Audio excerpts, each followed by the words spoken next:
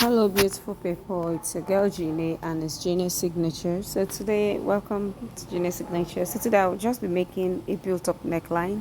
Like the last tutorial I made a tutorial on how to do the built-up neckline, but I made use of a lace and it had scallop edges, and I promised that I was going to be doing something more visible and something that you would understand easily.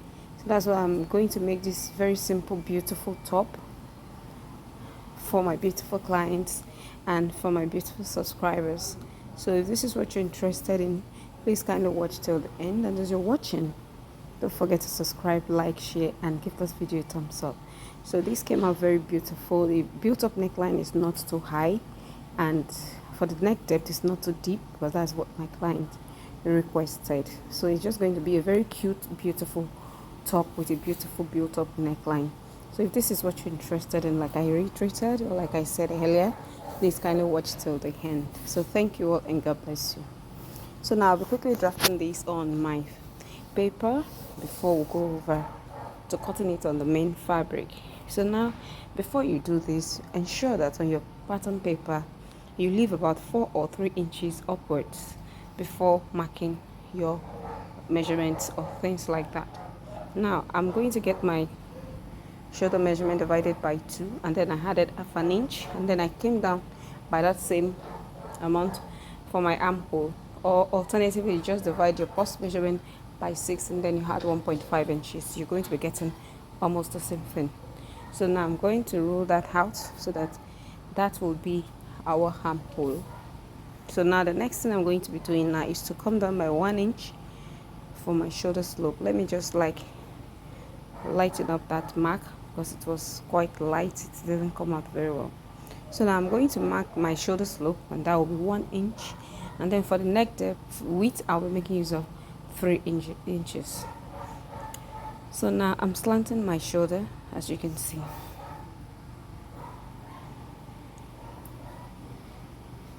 and immediately on that I'll be adding half an inch to join the sleeve. The shoulder, I beg your pardon, just add half an inch for your shoulder join. So that is what we have.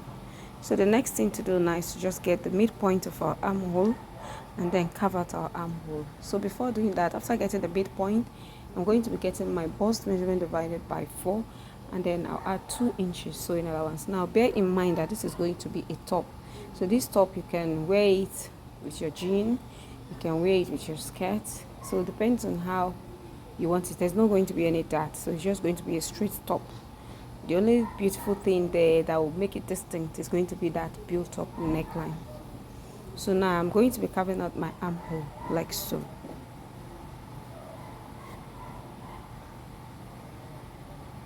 So I'll go to the length of the top. So the length of the top is going to be it's going to be sitting on the hip side. So we're going to be making of the hip measurement at the lower part. I just want to carve out this armhole. It's really not important because I'm not going to be using this, so you can just ignore that, but I just wanted to do it so that you see everything clearly. So it's really not important. That is, the depth of the neck line is not important because I'm not making use of this. So now going back to the length of the top. So for the length of the top, like I told you, the top is going to be going over almost to the hip line. So that's why I'm going to be making use of the hip line, so that by the time you're sitting, it will be free, it will not be tight for you. So I made use of the hip line measurement divided by 4, and then I added 2 inches sewing allowance to that. So I just connected from the bust to my hip line. The marker was not doing well, so I had to change that.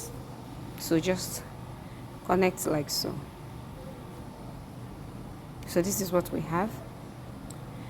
So now the next thing to do is to come over to the neckline area where the AOC, the area of concentration for this tutorial, is. So I'll just come to the neckline area. Remember I told you should leave about 4 or 3 inches up above your shoulder before taking your measurements, yeah? So right on that line of the shoulder measurement, I'll be going up by 2 inches. Now, bear in mind that these 2 inches is not constant. These 2 inches varies. You can use 3 inches, you can use 4 inches, depending on how high you want your collar to be. but I'm making use of 2 inches because of course using 4 inches for this kind of top will be really really ridiculous. So that is why I just opted for a 2 inches, because my client described how she wanted us to be. She didn't want it too high. So now I went in by a quarter of an inch from my shoulder measurement. You can see where I marked, and then right there that I marked 2 inches, I came in by half an inch. So all this is in a bid to make that shoulder part connected with the neckline in a slanted format or in a curvy format, so that it will not just be straight. So you can see the way I join them together.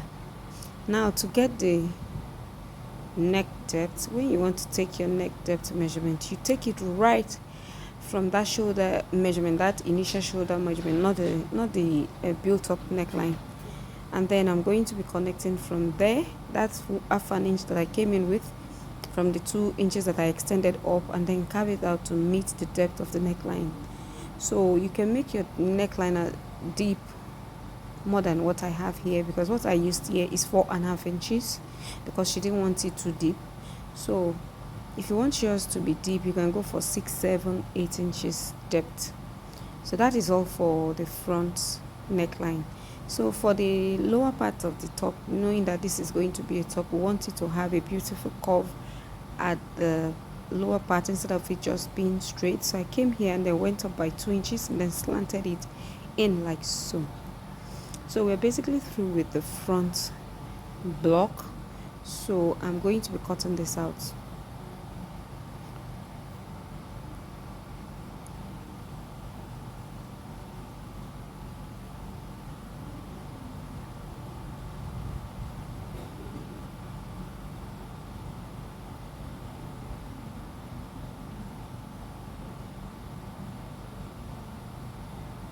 So just cut it out like so. Just take it easy as you're cutting it. Sorry, I didn't know that it was not capturing that neckline as I was cutting it. Sorry about that. Okay, so it later showed, so you can see you just cut it out like so, and then follow the shoulder slope, the half inch that I added, and then you cut it out like so. So this is what we have for the front piece. So this is going to be cut on fold on my fabric, because this is a paper, so I made use of a single paper. So now going over to the back piece, we're pretty much going to be doing the same thing. The only difference is that the back is going to be having a zipper. So you add your zipper allowance of 1 inch, and then you do your shoulder measurement divided by 2 plus half an inch, and then you come down by your bust divided by 6 and 1.5, and then you mark, and then you just do the normal basic thing like we did in the front, and then you connect like that.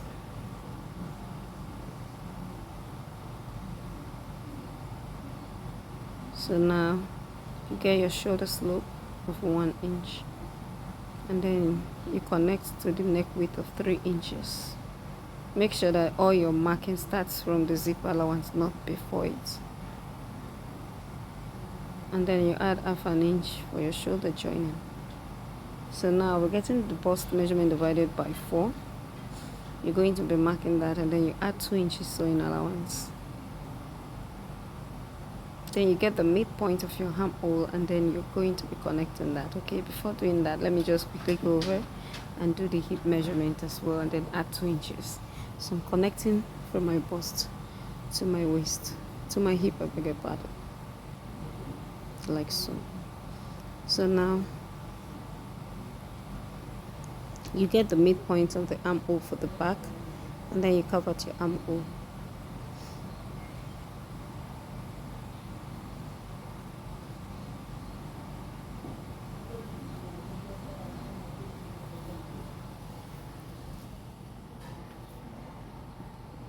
So this is what we have. So yes, we're almost through. So I'm going over to the neckline.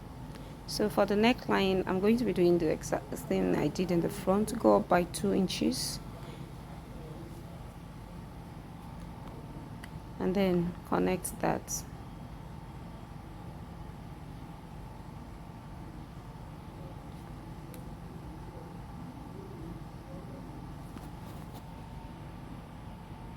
Yes. And so like I did in the front, on the shoulder part I'll go out by a quarter of an inch, and then at the upper part where I went on by 2 inches, I'll come in by half an inch. And so I'm going to be connecting the shoulder the same way I did for the front.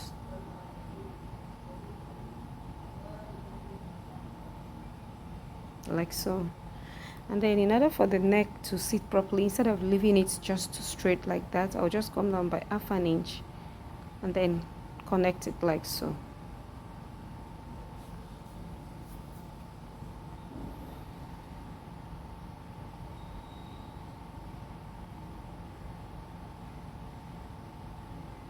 Like so. Just extend it to the zipper area because you're going to be cutting that out.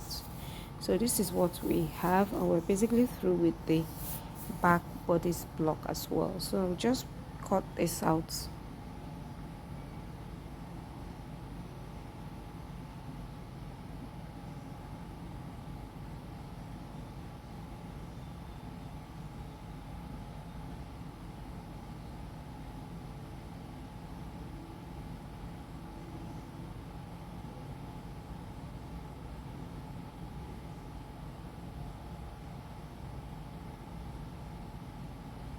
Just take your time.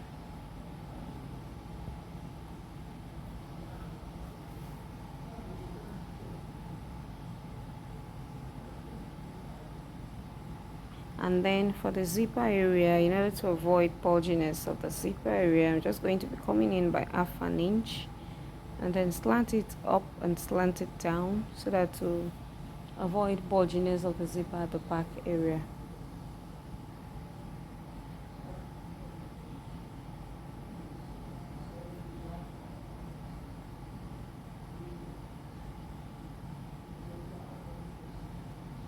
So this is what we have. So I'll just cut this out as well.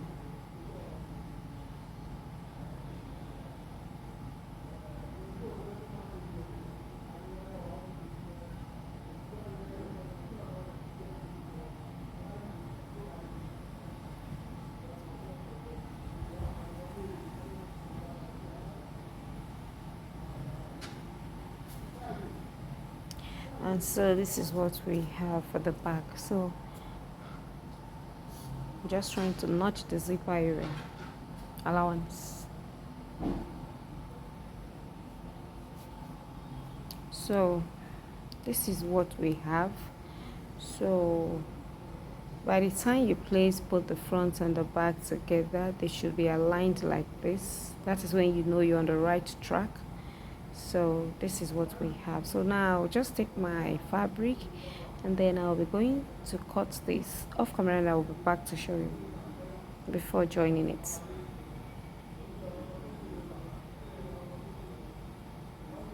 Okay, for the back part, I placed the front here so that I'll be able to trim out the curvy part at the lower part. That was what I just trimmed out here, so that everything would rhyme. So this is the fabric I'll be making use of. Let me quickly cut that out and then I'll be back to show you.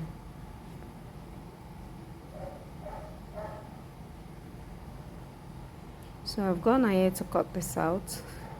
So this is the front block. As you can see, you should cut that on fold. Even the back should be cut on fold, and then I cut out a facing for the front and then the back as well. So these are the back pieces, and I equally cut out facings for it as well.